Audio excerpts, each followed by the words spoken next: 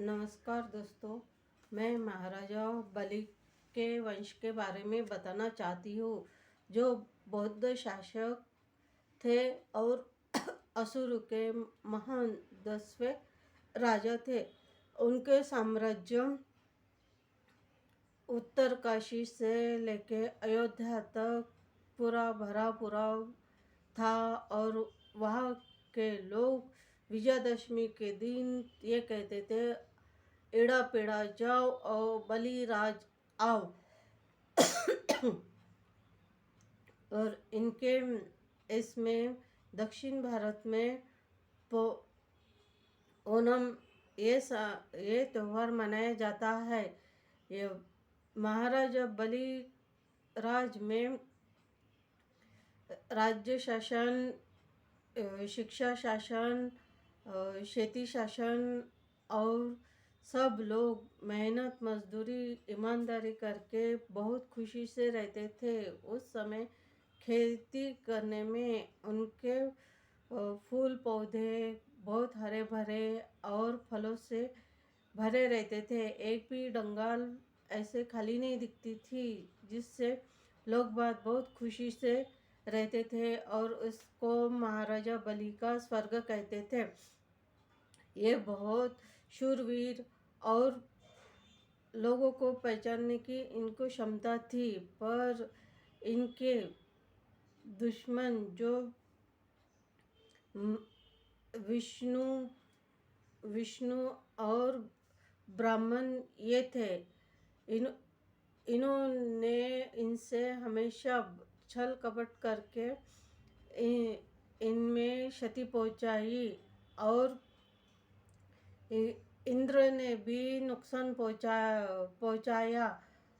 उन्होंने इनके पिता हिरण्यकश्यप को धूर्त से मार डाला और ये प्रहलाद और सदाचारी के पौत्र विरेचन पुत्र महाराजा बलि के नाम से प्रसिद्ध थे।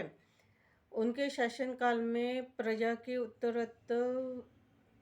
प्रदेश की बहुत वृद्धि हो चुकी थी। उनके इसमें रोगी चिकित्सा के अभाव में नहीं मरता था, उनकी जल्दी चिकित्सा हो जाती थी। वो पृथ्वी में सदैव हरी भरी बनाए रखना चाहते थे।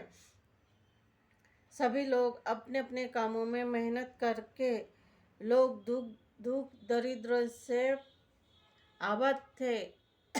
सबको खाने पीने के लिए अच्छा वैभवशाली राज था। इनके इसमें वो दिया जला के पूरे राज्य में प्रकाश करते थे और महाराजा बलि रात में घर घर जाके सभी लोगों की चर्चा करते थे और देखते थे किसको परेशानी तो नहीं है करके।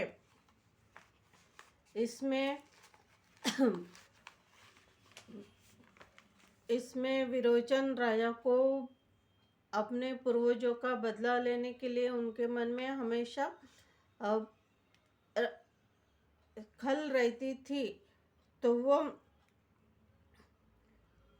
आज भी महाराजा बलि की संतान बहुत अच्छी तरह मानती है और वह एड़ा पेड़ा जाओ और बलि का राज आओ ऐसे आज भी कहते हैं।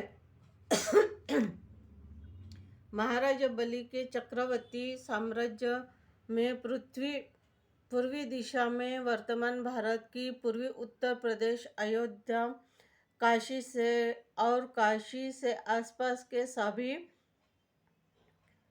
पड़ोसी जनपदों में महाराजा बलि का शासन था, जो बलि साम्राज्य का 10वां भाग कहा जाता है। दक्षिणपंथी लोगों की ताकत राम राज्य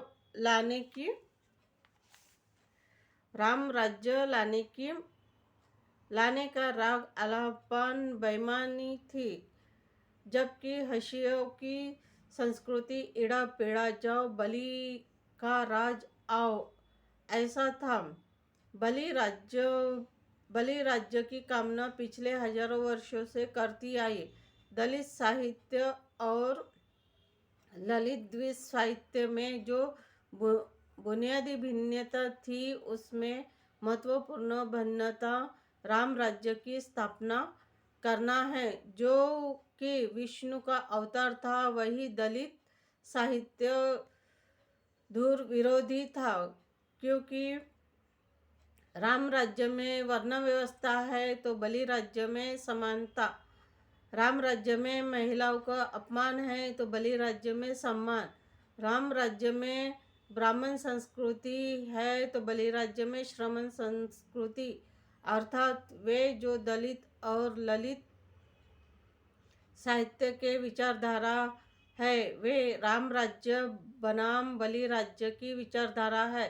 ऐसे में युवा लेखक रोशन बौद्ध ने भारतीय बौद्ध मूल के प्राचीन गौरव महाराजा बलि और उनका वंश लिखकर दलित साहित्य परंपरा के लिए एक बुनियादी काम किया है। महाराजा बलि के साम्राज्य पर प्रकाश डाला है। ऐसे में रोशन बौद्ध ने फूले जी की परंपरा को आगे बढ़ाने का काम करके दलित साहित्य के लिए एक कृति लिखकर मील का पत्थर का स्थापित किया है।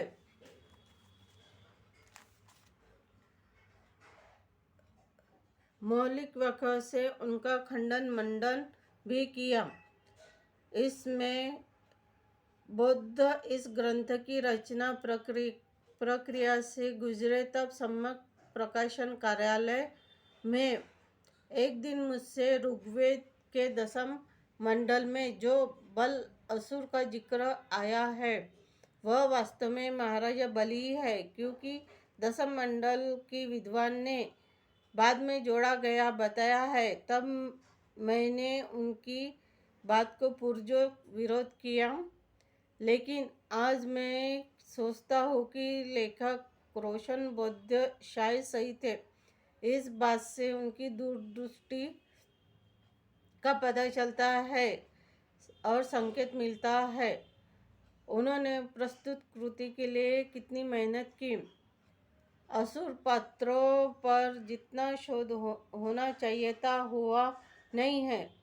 मेरा मानना है कि संस्कृति के मुकाबले असुर संस्कृति को तभी खंडा कर सकते हैं जब हम असुर वीरों तथा उनसे जुड़ी सांस्कृतिक, राजनीतिक, सामाजिक विरासत को खोज पाए।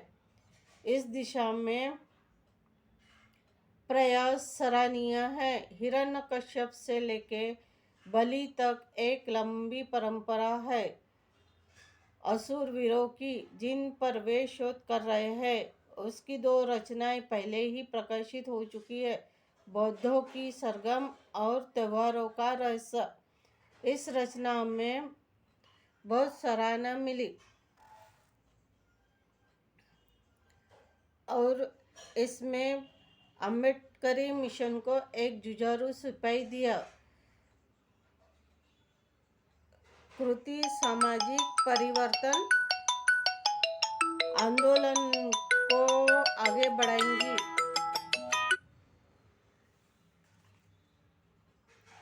अब राजा विरोचन से भी विष्णु ने छल कपट करके उनको मौत के घाट उतार दिया, क्योंकि जिंदगी भर शिव को भांग धूतरा चढ़ाने वाले भक्त को कई महीनों तक इंद्र बनकर ठाठ से मजे करते होंगे, और इंद्र बेचारा तो इधर उधर मारा फिरता होगा, और यह इंद्र की जनता होंगी, या फिर वे लोग जो शंकर को माला चढ़ाते चढ़ाते मर गए।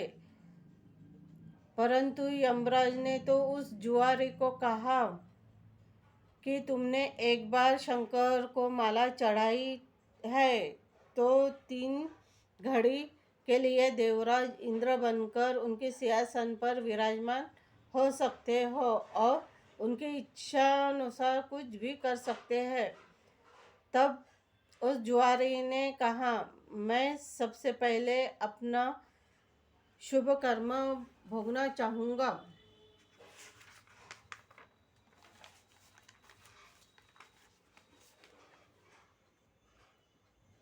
जुआरी ने इंद्र का पद पाते ही दान करना शुरू कर दिया। सबसे पहले उसने ऐरावत हाथी को अगस्त को दे दिया।